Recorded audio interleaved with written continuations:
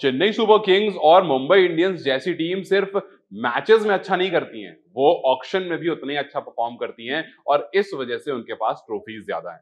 ये बात कह रहे थे डिविलियर्स। जी हाँ, एबी डिविलियर्स, जिनको हम क्रिकेट का बादशाह मानते हैं, जिनको 360 के नाम से भी जानते हैं, और टी20 में जब वो आरसीबी की तरफ से खेलते थे तो उन्होंने काफी कहर बरसाए हैं। और हाल ही में जो ऑक्शन हुए हैं जिनमें दो बड़े नाम शामिल हैं, दो बड़े अमाउंट पर वो दो खिलाड़ी गए, मैं बात कर रहा हूं पैट कमिंस और मिचेल स्टार्क की। उनके बारे में बात करते हुए उन्होंने कहा कि ऑक्शन में आप एक चीज देखेंगे, एक होती है स्मार्ट बाइज, एक होती है इमोशनल बाइज। आप जब इमोशनल होकर के प्लेयर को खरीदते हैं तो कुछ ऐसा होता है जहां पर 25-25 करोड़ में आप एक खिलाड़ी को खरीद लेते हैं, 20 करोड़ में एक खिलाड़ी को खरीद लेते हैं। वहीं पर उन्होंने एग्जांपल देते हुए कहा कि अगर आप मुंबई इंडियंस को देखेंगे, अगर आप चेन्नई सुपर किंग्स को देखेंगे, तो ये वो टीम है जो इमोशनल बाइज नहीं करती है। ये टीम जब भी एक प्लेयर को पिक करती है तो इनको पता होता है कि ये किसे खरीद रही है, और ये बहुत सोच के, समझ के और स्मार्ट बाइज करती हैं। कमिंस और स्टार्क दोनों काफी अच्छे खिलाड़ी हैं, काफी इनक्रेडिबल खिलाड़ी हैं, लेकिन उस प्राइस पॉइंट पर वो काफी ज्यादा हैं। और इसका रीजन सिर्फ ये है कि उनकी डिमांड ज्यादा है। एट दिस मोमेंट आईपीएल में फास्ट बॉलर की डिमांड ज्यादा है, और खास करके वैसे फास्ट बॉलर जो बैटिंग भी कर लेते हैं, क्योंकि आपको पता होगा कमिंस अच्छी बल्लेबाजी करते हैं, काफी तेज उन्होंने अर्धशतक बनाया था जब वो केकेआर के लिए खेल रहे थे। तो ये डिमांड का टाइम था, और हमें पता है कि जब डिमांड ऊपर जाती है तो प्राइस ऑटोमेटिकली ऊपर चला जाता है। और इस ऑक्शन में हमें वो देखने को मिला, कुछ इमोशनल बाइज जो हुए हैं, जिसमें उन्होंने कमिंस का नाम लिया, स्टार्क का नाम लिया, उन्होंने कहा कि उनकी डिमांड ज्यादा थी, इस वजह से उनका प्राइस भी ऊपर चला गया। लेकिन फिर उसके बाद उन्होंने कहा कि कुछ टीम्स बहुत स्मार्टली खेलती हैं, और उसमें कॉजी का उन्होंने नाम लिया। उन्होंने कहा कि कॉजी साउथ अफ्रीका के at this moment one of the best bowler हैं।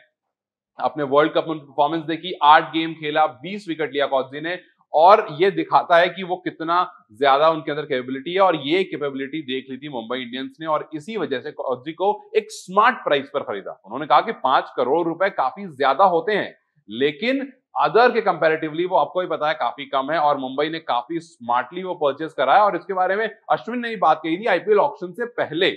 उन्होंने प्रिडिक्शन में पहले ही कह दिया था कि ये जो कॉजी है ना, ये मुंबई टाइप का प्लेयर है और पक्का मुंबई इसके पीछे जाएगी, और वही हुआ, और मुंबई ने उस खिलाड़ी को ले लिया। तो ये बात लगातार चल रही है कि स्टार्क और कमिंस जो है ये ओवर प्राइस है, इमोशनल बाइज है, और ये बात इन्होंने भी कह दी कि ओवर प्राइस है, इमोशनल बाइज है। और कॉजी जो है वो आपको लोअर डाउन में पावर हिटिंग भी देते हैं, विकेट भी लेकर देते हैं। और इस बंदे को मैंने खेला है, उन्होंने बोला कि आज से 6-7 साल पहले ये बंदा जब 18-19 साल का था तब मैं इसको फेस कर रहा था, और इसके अंदर एक अलग स्टीम है, एक अलग प्रेजेंस है, एक अलग जो इमोशन है, जो जिस आपने देखा होगा विकेट लेने के बाद वो कॉजी का जो एक्सप्रेशन रहता है वो बिल्कुल अलग रहता है और काफी ज्यादा इंप्रेसिव रहता है। तो उन्होंने कहा कि इसके अंदर एक अलग स्टीम है, और जब मैं इसके सामने खेल रहा था तो ये मुझे भी उतनी ही चेतावनी दे रहा था, मेरे सामने भी उतनी ही प्रॉब्लमेटिक डिलीवरीज डाल रहा था, और मुझे लग रहा था कि ये एक बड़ा खिलाड़ी है, और उस बड़े खिलाड़ी को मुंबई इंडियंस ने पहचान लिया।